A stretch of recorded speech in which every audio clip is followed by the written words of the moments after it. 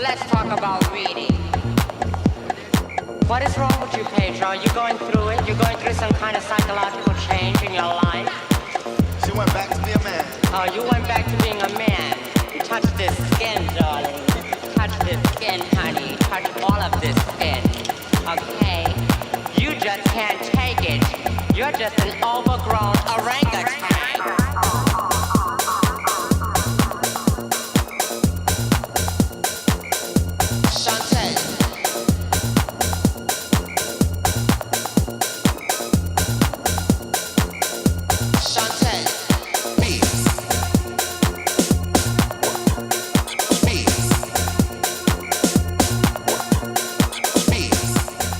Right, this is a Barn TV extra special, because it is my great honour to introduce to you right now the one and only Danny Rampling. How are you? Pleasure to be here. I'm good.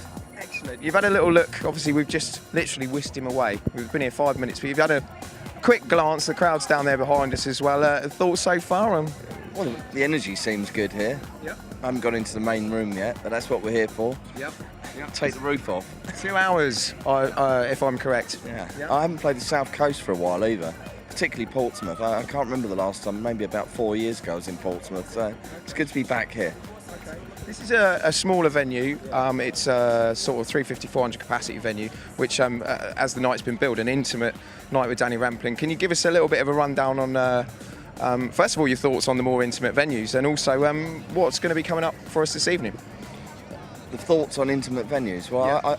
I've always enjoyed playing intimate venues because you're up close and personal with a crowd, and can play a lot of different music in a small venue.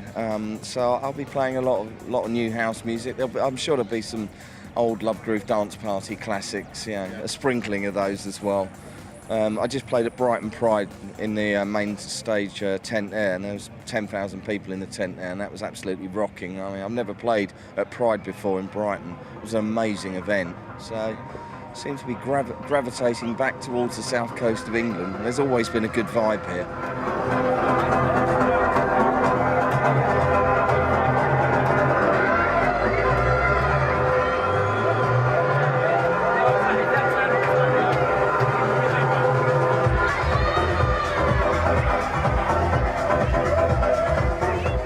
Where did it begin for me? Yes. Struggling as a DJ for 7 years, and then I went to Ibiza, and I think it's quite a legendary story.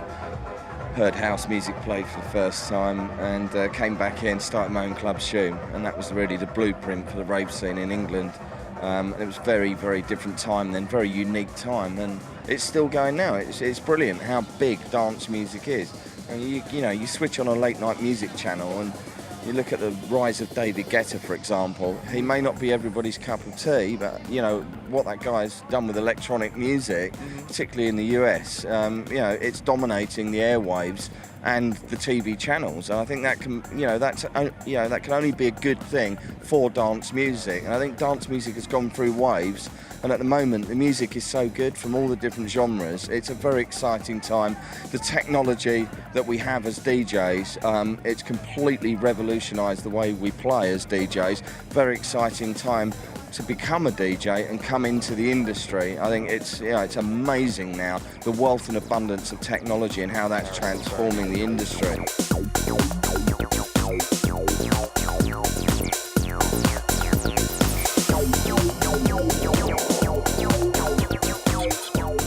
And you've got the book as well, because we've had a look at the book. It's very, very good. If you haven't bought it yet, you need to buy it. It's very intricate. There's a lot of information in there. It's how to succeed as a DJ. Well, it's a reference manual for the industry itself, for all levels, whether you're an experienced DJ or you're a newbie. And it's not just about the technical side of DJing, it's about the mindset, the psychology of DJing, the business side of it. There's a wealth of information there, over 300 pages, which has taken us 3 years to produce.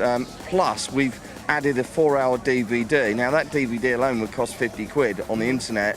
There's 4 hours with people like Pete Tong, Mark Marotte, who managed Paul Oakenfold, Joey Negro, David Morales, Simon Dunmore from Defected Records, to name a few, up close and personal, all passionate and sharing their experience and their knowledge with the viewers. So there's something for, in the book. There's something for everybody, really. Whatever level you're at. I'm very, very proud of what we've achieved, and we've toured a number of music universities earlier this year, and we're continuing to push with the book, and we're at BPM, the trade show, in October.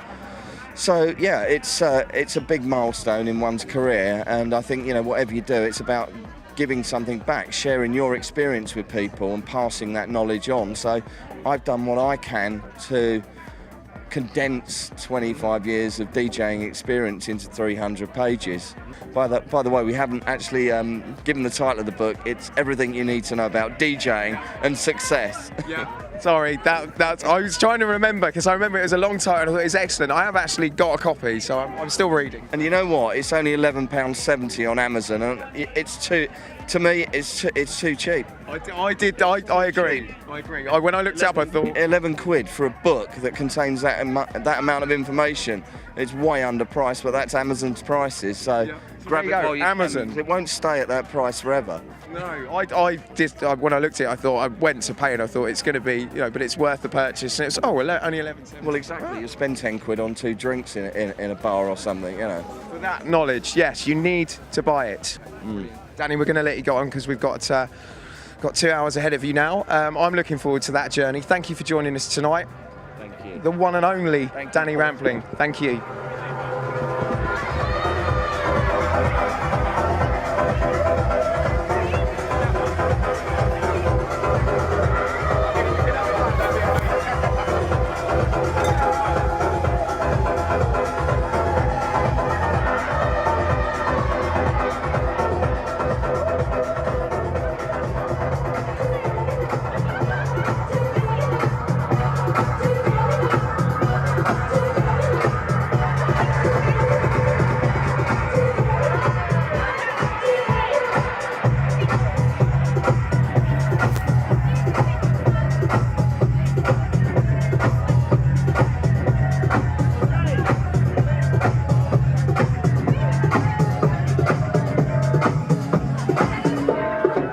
I don't even know what to play.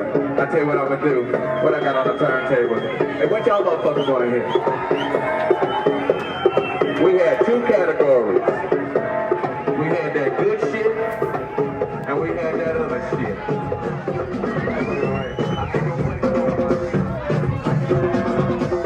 Barn TV, time for a little bit of something different, because this gentleman normally, when you watch the Barn TV video diaries, normally this guy's behind the camera, so you never actually get to see him. He also runs the place.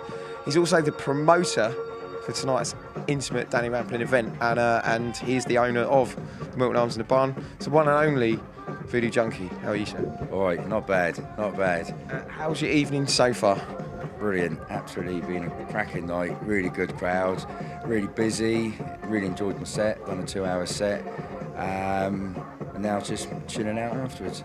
So, yeah, it's good. 2 hours building up to Danny Rampling's arrival. I guess you got to see the room build quite nicely. I mean, how was it, general reaction? Yeah, all the tunes I was playing went down really well. Played a nice mixture of deep house, tribal, bit of techno, tech trance. Just took it places, lots of African vocals in the tunes I was playing, and just worked really well, building up to when Danny Rampling come on. It's nice to see the room that jammed with people that are really enjoying themselves, actually, I've got to say. I mean, how was it for you? Yeah, I mean, you see people dancing, cheering, and you just buzz off that all the time, and that just inspires you to do the best set you can possibly do.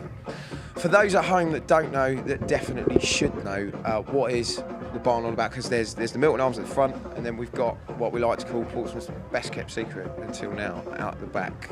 Explain to those at home what the barn is and what it's about.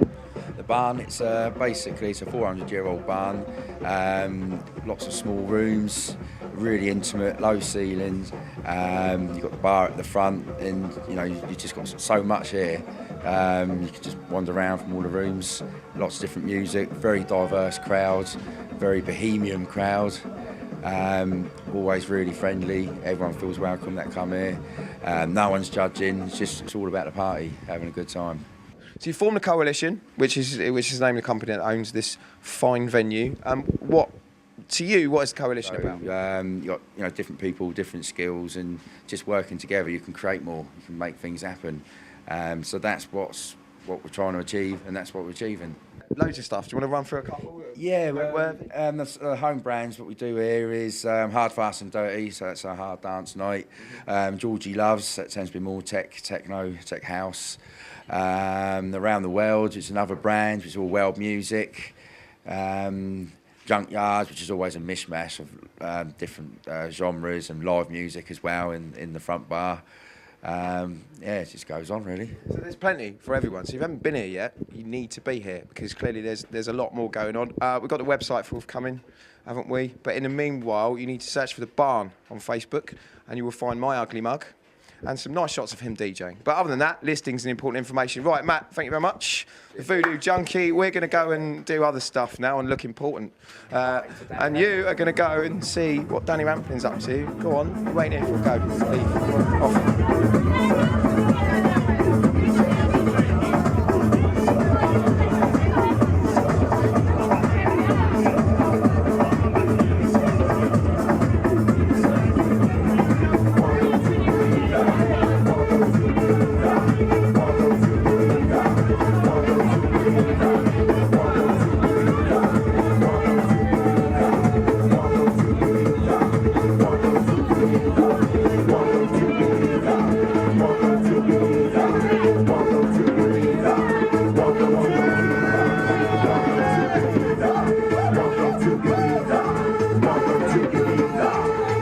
This right here is a legend. It's played for every corner of Ibiza, America, Spain, Japan, the Isle of Wight. This man is an international superstar and he hails from just over there. Priory Crescent. This is the one and only Dr. Funkenstein. You don't stand a chance if you can't dance. Hello, mate. I know him. You're next. You're next. Right, okay. Tell us a little bit about yourself, and obviously you're a regular here. We know you, but give us a little bit more background on the DJ history. I've actually played at Butlins for a tea dance, and I thought things are going to get better. Hello. What's your name? Natalie. Natalie. What brings you here this evening to this fine establishment? Danny Rampling. He's old school like me. I'm 42. Okay. Grandma. And I wouldn't have. Had to come out tonight. Just Danny Rampling. I spent £60 when I went to Ibiza, and it cost me a tenner, and I can walk home. Okay. Well, we get the flugel in shot because it's important to get flugel in shot right now. I'm feeling very flugel at the moment. Excellent Or is it work. Frugal. Flugel. No, that's a flugel. But That's if you flugel. were feeling frugal, You might drink a flugel. I think we've just coined an ad campaign there. Sean Henderson, if you're watching this, we've just coined you an ad campaign. Right, moving swiftly onwards. Have you enjoyed your evening? absolutely. Yes. You know Hello. that. You know that. Hello. Can you not tell? I can. Yes. Yes. And I'd rather that was a penis, you know, like they do on that advert on the telly. Well, I don't know what it's called, but Is it on daytime? They go like that, and they go, you've got to keep talking to them. And then all of a sudden, they look down and they go, "You've got to speak." no, the celebrity juice. Yes, Oosh. Yeah.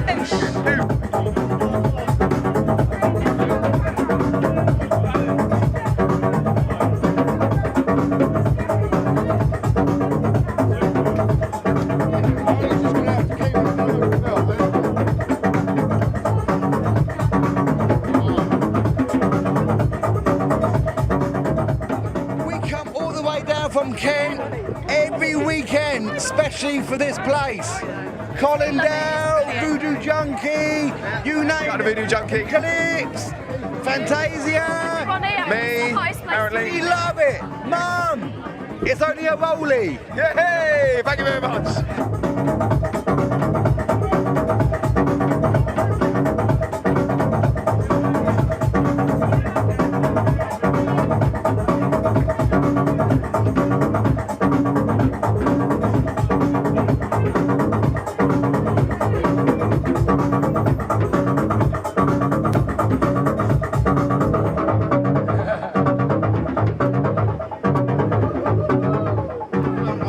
Belfast, but I live here.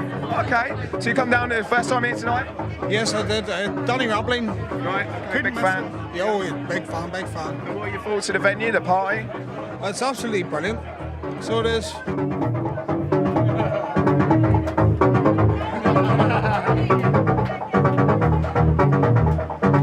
will not publish that one though.